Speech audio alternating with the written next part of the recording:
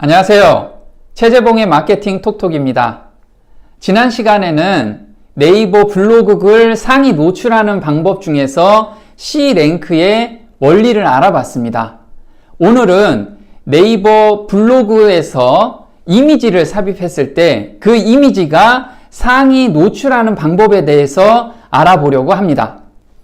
오늘 주제는 이미지 상위 노출을 위한 4가지 조건입니다.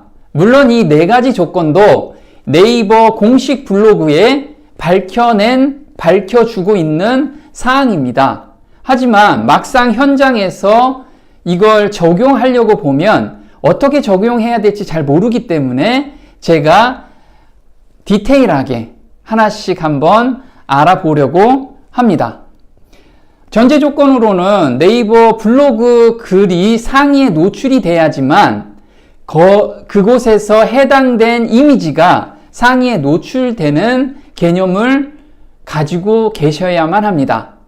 또 한 가지는 블로그 글이 상위에 노출됐다고 이미지도 100% 다 상위에 노출이 되는 것은 아닙니다. 하지만 오늘 알려드리는 이 4가지 조건을 갖추게 되면 웬만하면 다 상위에 노출이 될 겁니다.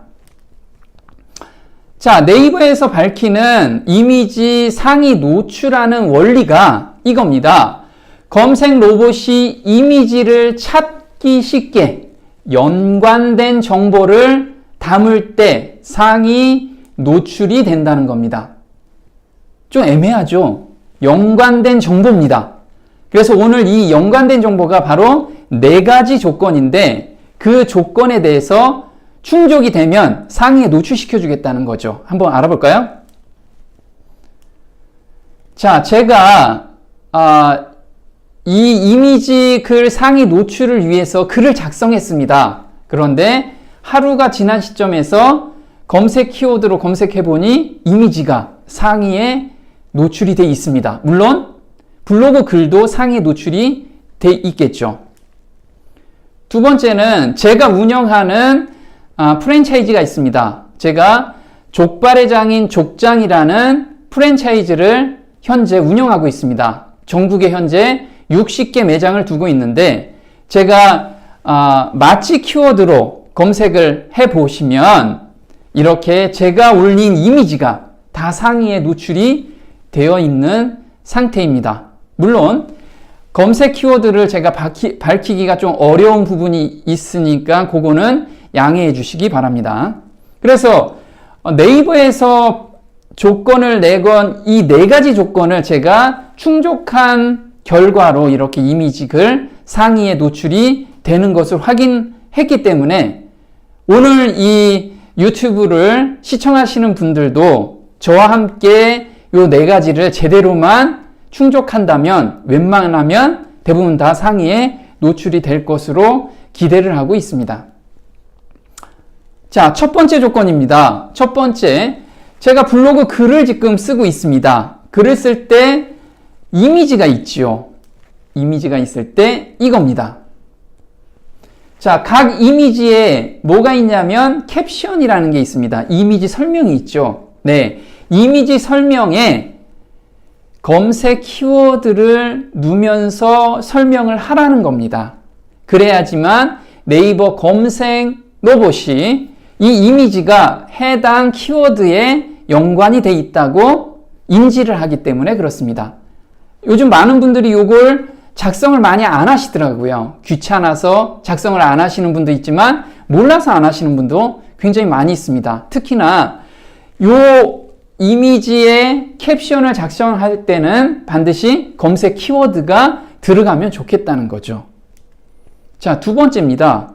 자, 두 번째는 제가 이미지를 저장을 했습니다. 네, 제가 블로그에 글을 쓸 이미지를 저장했을 때 이겁니다. 파일명도 검색 결과에 영향을 줍니다. 검색 로봇이 파일을 읽어왔을 때 이게 어떤 키워드와 매칭이 되는지 이거를 잘 구분을 못하게 지금까지 이미지명을 작성하셨다면 이젠 이미지명을 제대로 작성해 주시면 좋겠습니다. 자, 파일명은 검색 키워드로 작성하실 때 좋습니다. 예를 든다면 낚싯대 _ 01.jpg 이렇게 파일명을 저장해 두시면 낚싯대로 검색했을 때 이미지가 매칭이 돼서 올라온다는 의미입니다.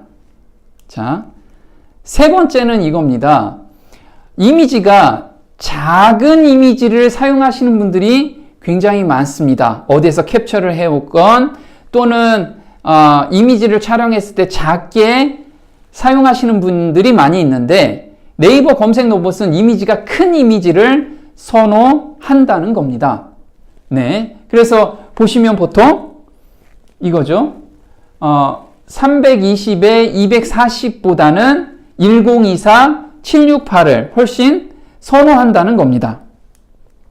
그래서 이렇게 이미지를 선명하게 직접 촬영한 거일수록 더 선명하겠죠. 네 번째는 텍스트는 짧게 작성하라 라는 겁니다. 이게 무슨 말이냐? 보통 이미지 이렇게 엄청나게 작성을 많이 합니다. 보통은 이미지에 무엇인가를 설명하기 위해서 텍스트를 많이 쓰고 있는데 검색 로봇은 이렇게 많이 썼을 경우에 이미지에 있는 텍스트를 잘 읽어가지 못한다는 거죠. 그래서 이렇게 간단하게 이미지에 텍스트를 짧게 누라는 겁니다.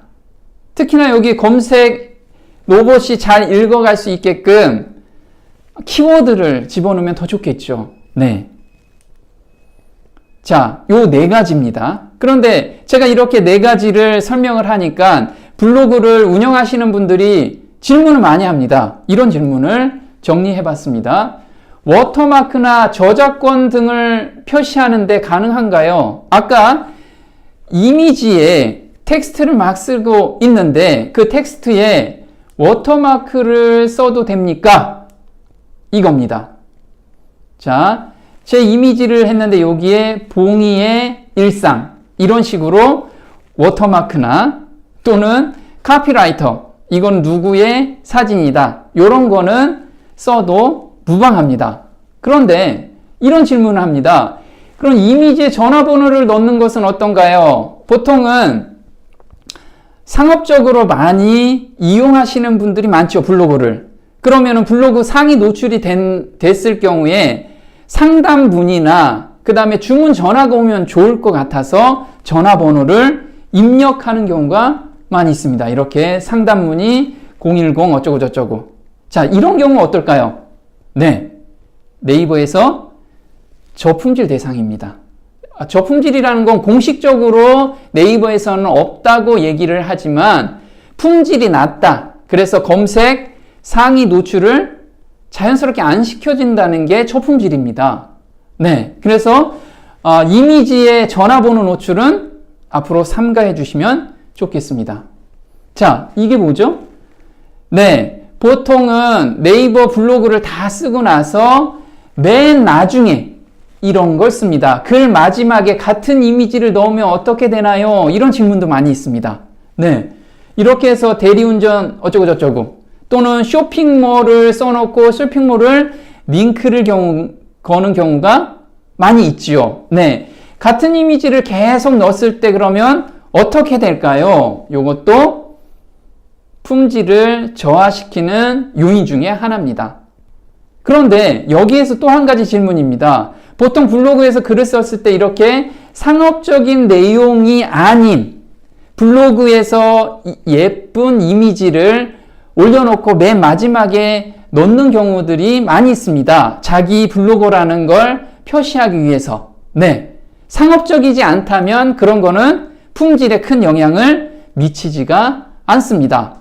그래서 그런 예쁜 모양이라든가 그런 거는 꾸준하게 넣어도 상관이 없습니다. 네, 오늘은 이미지 글 상위 노출하는 방법에 대해서 알아봤습니다. 그렇게 어렵지 않지요. 하지만 이 원리를 잘만 활용하신다면 이미지에서도 상위에 노출이 돼서 많은 사람들이 검색해서 들어올 것으로 기대를 합니다.